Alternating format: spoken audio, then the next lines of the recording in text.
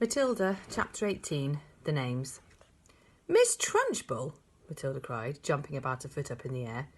"You mean she is your aunt? She brought you up?" "Yes," Miss Honey said. "No wonder you were terrified," Matilda cried. "The other day we saw her grab a girl by the pigtails and throw her over the playground fence." "You haven't seen anything," Miss Honey said. "After my father died, when I was 5.5, she used to make me bath myself all alone. And if she came up and thought I hadn't washed properly, she would push my head under the water and hold it there. But don't get me started on what she used to do. That won't help us at all." "No," Matilda said, "it won't." "We came here," Miss Honey said, "to talk about you, and I've been talking about nothing but myself the whole time. I feel like a fool. I'm much more interested in just how much you can do with those amazing eyes of yours." "I can move things," Matilda said. "I know I can. I can push things over." "How would you like it," Miss Honey said, "if we made some very cautious experiments to see just how much you can move and push?" Quite surprisingly, Matilda said, "If you don't mind, Miss Honey, I think I would rather not.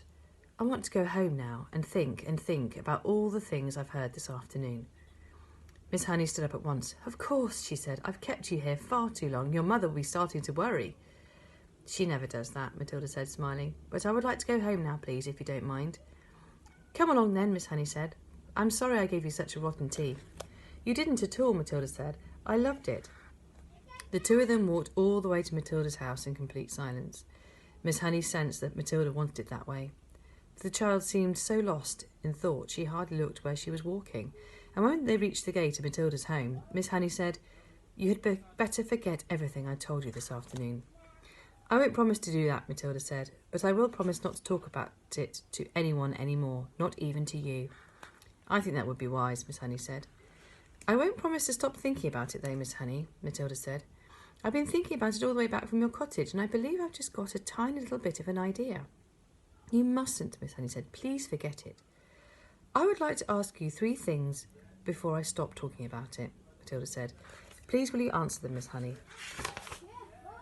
Miss Honey smiled. It was extraordinary, she told herself, how this little snippet of a girl seemed suddenly to be taking charge of her problems, and with such authority too. "Well," she said, "that depends on what the questions are." "The first thing is this," Matilda said. "What did Miss Trunchbull call your father when they were around the house at home?" "I'm sure she called him Magnus," Miss Honey said. "That was his first name." "And what did your father call Miss Trunchbull?" "Her name is Agatha," Miss Honey said. "That's what he would have called her." "And lastly," Matilda said, "what did your father and Miss Trunchbull call you around the house?" "They called me Jenny," Miss Honey said. Matilda pondered these answers very carefully. "Let me make sure I've got them right," she said. "In the house, at home, your father was Magnus, Miss Trunchbull was Agatha, and you were Jenny. Am I right?" "That is correct," Miss Honey said. "Thank you," Matilda said. "And now I won't mention the subject any more."